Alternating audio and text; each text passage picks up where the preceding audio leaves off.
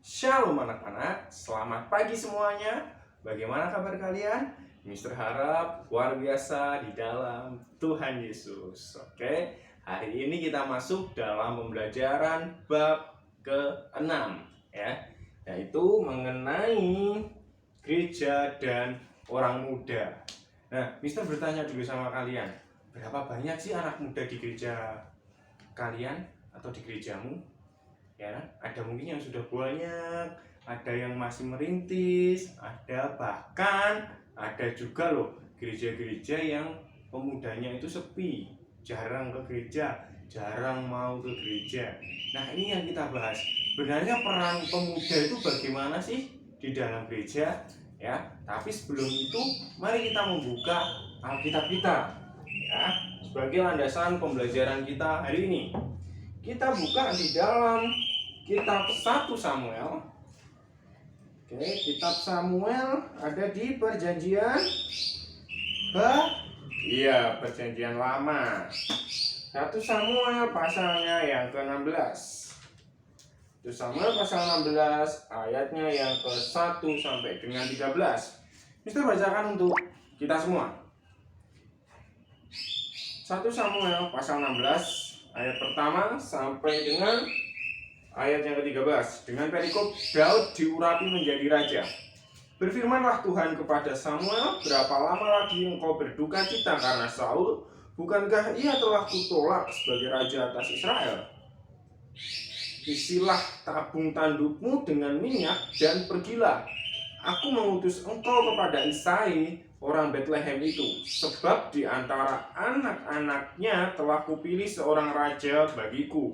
Tetapi Samuel berkata, bagaimana mungkin aku pergi? Jika Saul mendengarnya, dia akan membunuh aku. Firman Tuhan, bawalah seekor lembu muda dan katakan, aku datang untuk mempersembahkan korban kepada Tuhan. Kemudian undanglah Isai ke upacara pengorbanan itu, lalu aku akan memberitahukan kepadamu apa yang harus kau perbuat. Urapilah bagiku orang yang akan kusebut kepadamu. Samuel berbuat seperti yang difirmankan Tuhan, dan tibalah ia di kota Betlehem. Para tua-tua di kota itu datang mendapatkannya dengan gemetar dan berkata, adakah kedatanganmu ini membawa selamat? Jawabnya, ya benar, aku datang untuk mempersembahkan korban kepada Tuhan. Kuduskanlah dirimu dan datanglah dengan daku ke upacara pengorbanan ini.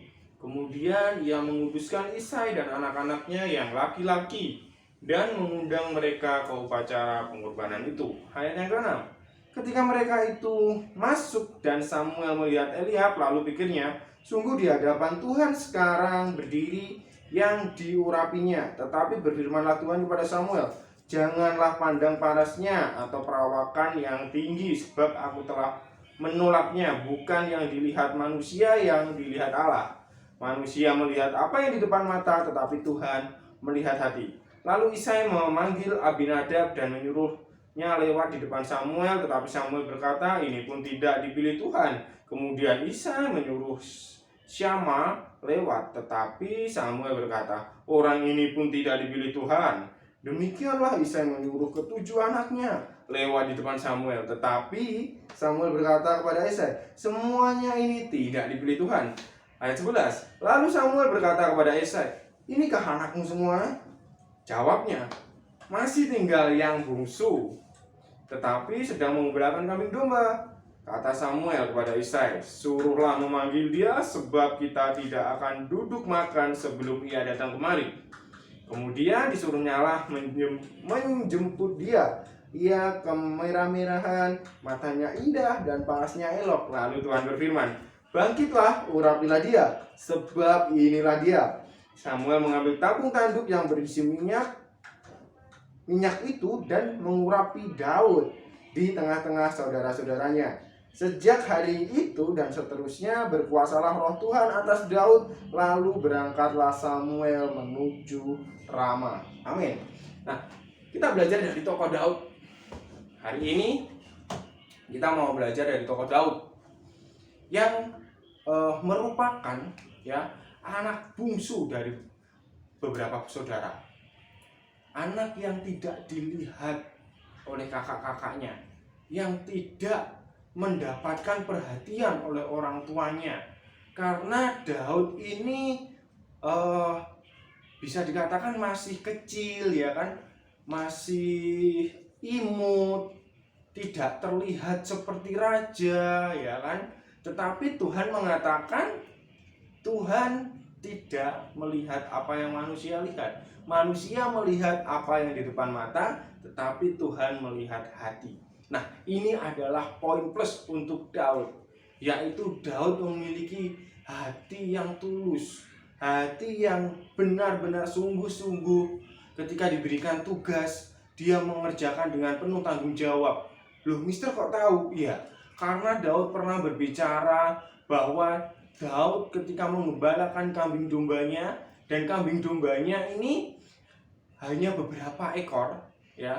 Lalu ada singa yang mau memakan dombanya. Bayangkan, ya, ada singa yang mau makan domba Daud, ya. Lalu apa yang dilakukan Daud? Langsung dilawan singanya, dan singanya kalah. Begitupun dengan beruang, ada yang mau makan dombanya Daud, lalu Daud juga menghajar beruang itu sehingga dombanya selamat.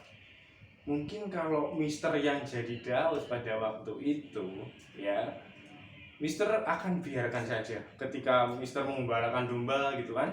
Lalu kan dombanya hanya beberapa ekor.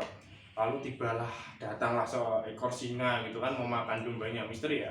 Iya, ini makan, nggak apa-apa, cuma beberapa ekor kok. Nanti tak minta lagi kepada Bapak. Itu kalau misalkan Mister jadi Daud. Tetapi Daud tidak seperti itu. Mari kita sama-sama belajar dari Daud. Mister pun juga belajar dari Daud untuk kita bertanggung jawab ketika diberikan tugas, ya. Tugas apapun itu, entah tugas dari orang tua, tugas dari sekolah, tugas dari gereja, ya, tugas dari Bapak Gembala, tugas dari kakak pembina, kakak rohani, kerjakan semuanya dengan penuh tanggung jawab. Nah, berbicara kembali tentang gereja, gereja tidak bisa dipisahkan dari anak muda. Bahkan gereja membuat ibadah sendiri khusus untuk anak muda, yaitu youth, ya, mengundang para pembicara muda yang bersemangat, berapi-api ketika mengabarkan kebenaran firman Tuhan. Ya, karena jiwa muda itu identik dengan semangat yang membara-bara, ya, hasrat yang meluap-luap, ingin mencari jati diri, ya, banyak ingin tahunya, ya. Nah, itu adalah ciri-ciri dari anak muda. Sebenarnya hal itu semua positif ketika, ya, hal itu diarahkan ke dalam firman Tuhan. Misalkan contoh, ketika kita memiliki rasa ingin tahu yang banyak, ya, kita arahkan ke hal yang positif. Jangan hal yang negatif lalu merasa penasaran akhirnya dicoba. Misalkan contoh seperti ada teman kalian menggunakan bukan teman sih, kita lihat orang lain yang mungkin menggunakan narkoba, ya. Lalu mereka bilang bahwa narkoba itu enak, narkoba itu bisa membuat kita lupa segalanya, membuat kita terbang. Akhirnya karena kita memiliki rasa penasaran, dan kita dengan dengan cerobohnya lalu mencoba tanpa memikirkan. Nah, ini yang salah, ya. Kita nggak perlu mencoba sesuatu yang sudah dialami oleh orang lain dan akhirnya itu merugikan orang itu sendiri, ya. Kita nggak perlu mencoba narkoba, kita nggak perlu penasaran dengan rasanya narkoba jenis apapun itu, ya, karena kita tahu ujung-ujungnya kalau kita mengonsumsi narkoba, kita yang pertama, kita dipenjara, lalu hidup kita menjadi sakau, ketagihan, ketergantungan, dan umur kita akan pendek, ya. Jadi nggak semuanya yang rasa ingin tahu kita itu harus kita penuhi, tetapi bawa itu semua dengan dasar firman Tuhan. Oke, kembali lagi kita ke gereja. Kalau kita lihat sekarang, ya, kalau kalian perhatikan, sekarang banyak sekali gereja-gereja yang berkembang. Ya, banyak sekali gereja yang berkembang, banyak sekali jemaat-jemaat yang semakin banyak di dalam gereja. Tetapi Mister mau tanya, berapa banyak anak muda yang mau datang ke gereja? Ya, seberapa banyak kita yang memiliki kerinduan untuk beribadah bersama dengan teman ke gereja? Mister mau tanya, dan kalian nanti bisa jawab di dalam catatan buku kalian. Pilih mana antara nonton film, ya, di bioskop sama ibadah pemuda?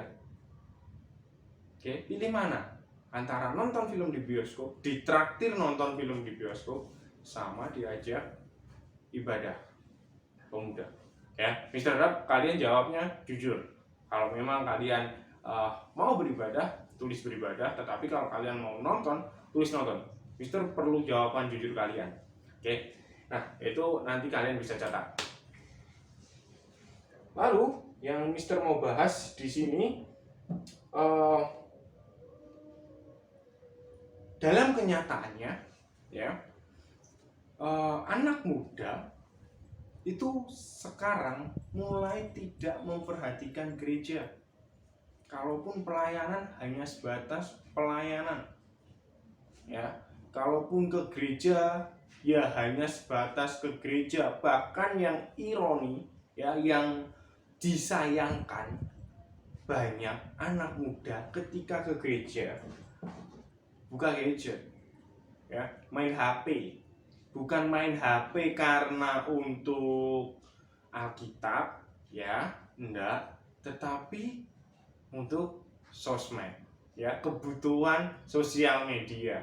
Entah itu untuk feed Instagram, ya, happy Sunday setelah ibadah, bahkan waktu firman, ya, memfoto gembalanya, difoto gerejanya, ada yang selfie begini. Nah, menurut Mister, yuk kita belajar yuk untuk merenungkan kembali, kita sebenarnya ke gereja ini hanya untuk status hari Minggu kita, bahwa kita ibadah lalu kita pamerkan ke media sosial kita, atau kita benar-benar rindu akan jamahan Tuhan, akan lawatan Tuhan ketika kita beribadah bersama-sama di dalam gereja.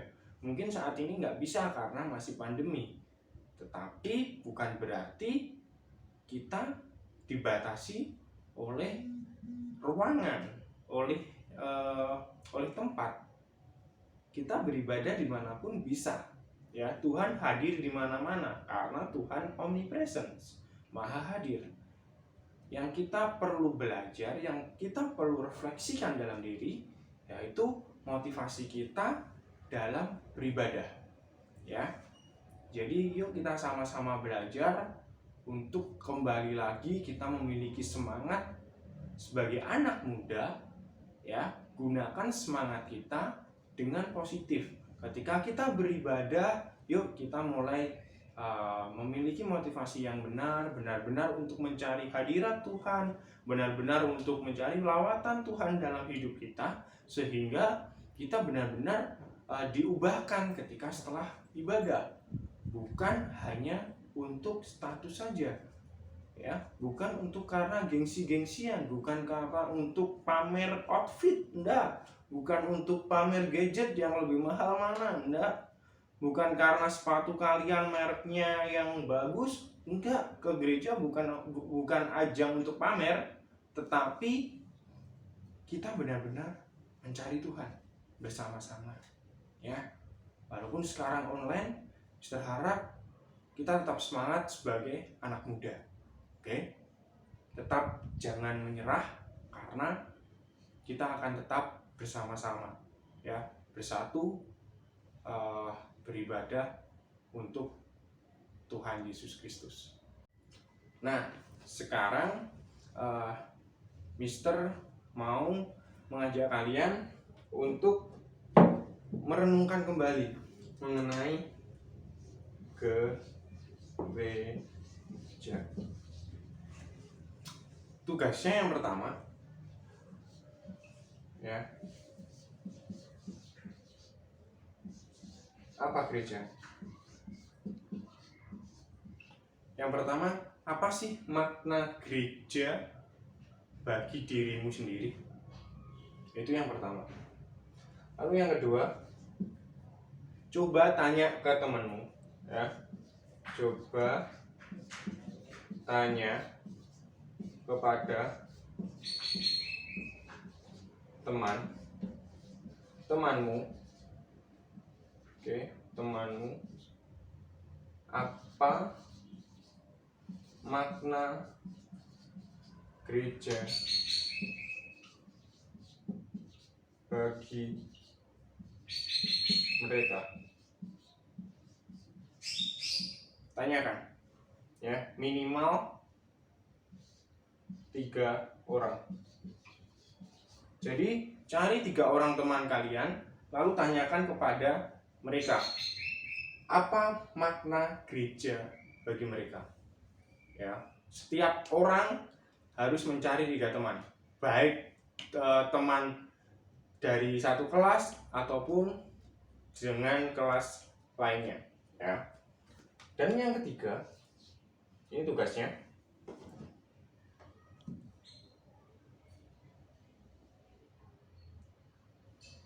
Nah, apa yang membuat kamu tertarik dengan gereja? Ya. Maksudnya di sini gereja adalah gerejamu, ya, gereja lokal di mana kamu beribadah, bukan gereja orang lain, bukan gereja yang kita tidak beribadah di sana, tetapi benar-benar kamu beribadah di situ, ya. Mister percaya kita semua punya gereja lokal masing-masing, kita punya gereja di mana kita beribadah, ya. Nah, yang di sini yang Mister tanyakan yaitu apa yang membuat kamu tertarik dengan gereja di mana kamu beribadah, ya. Mister ulang untuk tugasnya. Yang pertama, apa makna gereja? Ini kurang makna, ya. Sebentar, Mister Alat. Apa makna gereja? Apa makna gereja bagi kamu? Itu yang pertama. Lalu yang kedua, coba tanya kepada temanmu, apa makna gereja bagi mereka? Ya, minimal 3 teman. Lalu catat jawaban temanmu itu.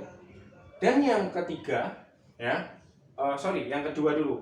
Nanti setelah kamu catat dari jawaban temanmu, kalian tulis, ini dari jawaban siapa, ini dari jawaban siapa, ini dari jawaban siapa. Jadi ada 3 teman. Ya, misalkan jawaban pertama dari Joshua, jawaban yang kedua jawaban dari Michael, temanku Michael. Lalu jawaban yang ketiga dari temanku Louis. Ya, misalkan seperti itu. Ya, jadi kalian nanti catat setiap jawaban teman kalian mengenai makna gereja bagi teman kalian, menurut teman kalian. Lalu yang ketiga, apa sih yang membuat kamu itu tertarik dengan gereja? Ya, gereja di mana kamu beribadah. Oke, jadi untuk pembahasan hari ini dari sini dulu, ya. Soalnya hanya 3, tugasnya hanya menjawab 3. Nanti kalian bisa langsung upload di e-learning PAK. Mister akan buatkan. Oke, yuk kita menjadi pemuda yang bertanggung jawab dan yang semangat. Kita contoh dari Daud, kita belajar dari Daud. Dia sejak kecil, ya, dia sudah memiliki tanggung jawab yang besar walaupun dipercayakan dari hal yang sederhana, ya, yaitu hanya beberapa ekor kambing saja. Dia mau menjaga dengan baik, ya, berani mengambil resiko, menjadi pemuda yang positif, ya, menjadi remaja atau pemuda yang takut akan Allah. Oke, selamat belajar. Tuhan Yesus memberkati.